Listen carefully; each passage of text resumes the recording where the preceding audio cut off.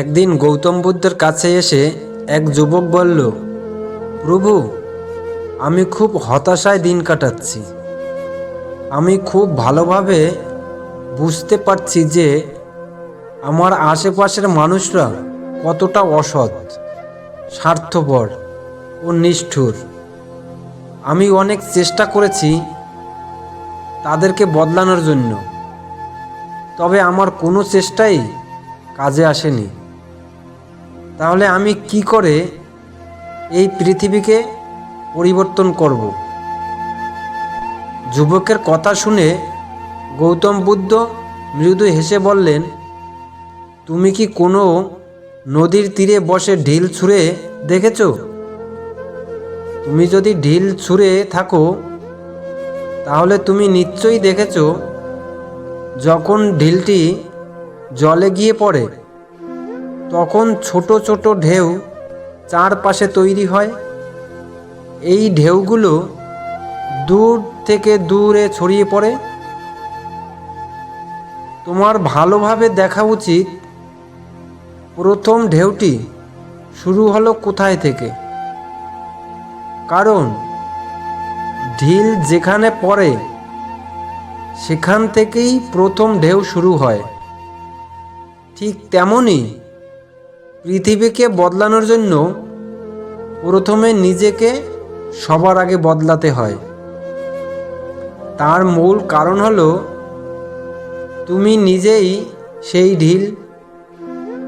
তোমার পরিবর্তন চারপাশের ঢেউ তৈরি করবে। যুবক গৌতম বুদ্ধের কথা শুনে প্রশ্ন করল, কিন্তু নিজেকে পরিবর্তন কি সম্ভব? আমি তো সামান্য একজন মানুষ। এই বিশাল পৃথিবীর পরিবর্তনের সামনে আমি কতটা প্রভাব ফেলতে পারব? যুবকের কথা শুনে গৌতম বুদ্ধ বললেন, নিজেকে বদলানো খুব কঠিন, কিন্তু অসম্ভব নয়। তোমার ছোট ছোট অভ্যাস, আচরণ ও চিন্তা ভাবনা বদলানোর মাধ্যমে তুমি বড় পরিবর্তনের দিকে এগিয়ে যেতে পারবে। অন্যেরা পরিবর্তন হবে কি না তা অপেক্ষা না করে তুমি যদি সদ্গুণে পরিপূর্ণ হও, তোমার আচরণ দেখে অন্যেরাও বদলাতে শুরু করবে।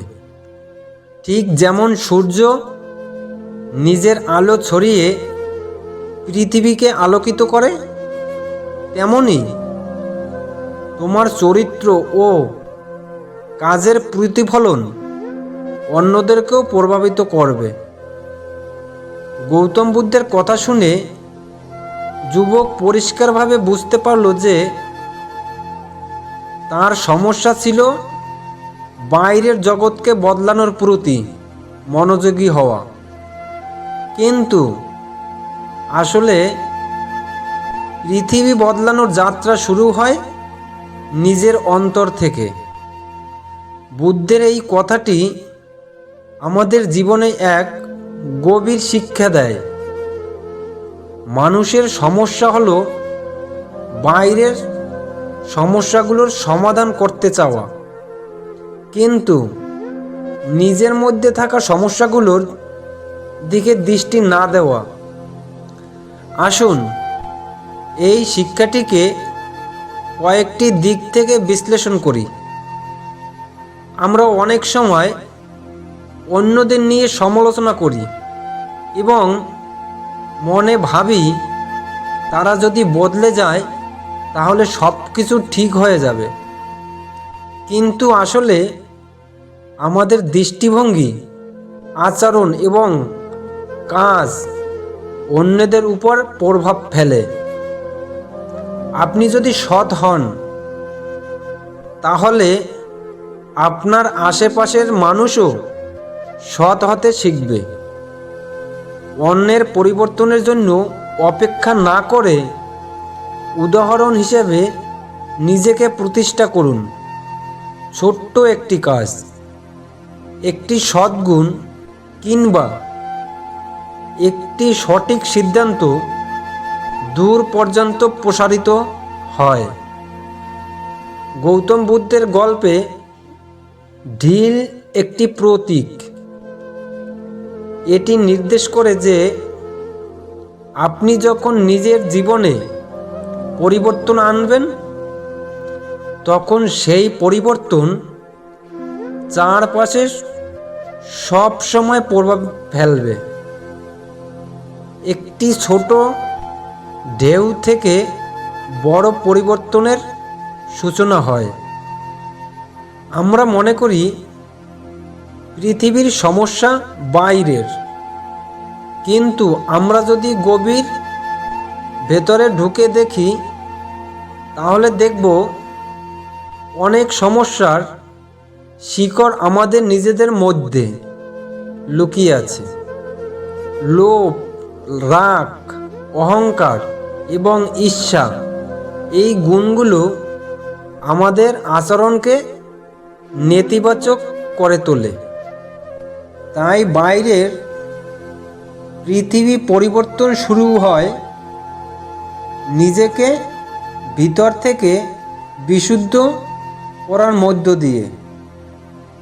গৌতম বুদ্ধ এখানে আত্ম উন্নয়ন এবং নেতৃত্বের উপর জোর দিয়েছেন।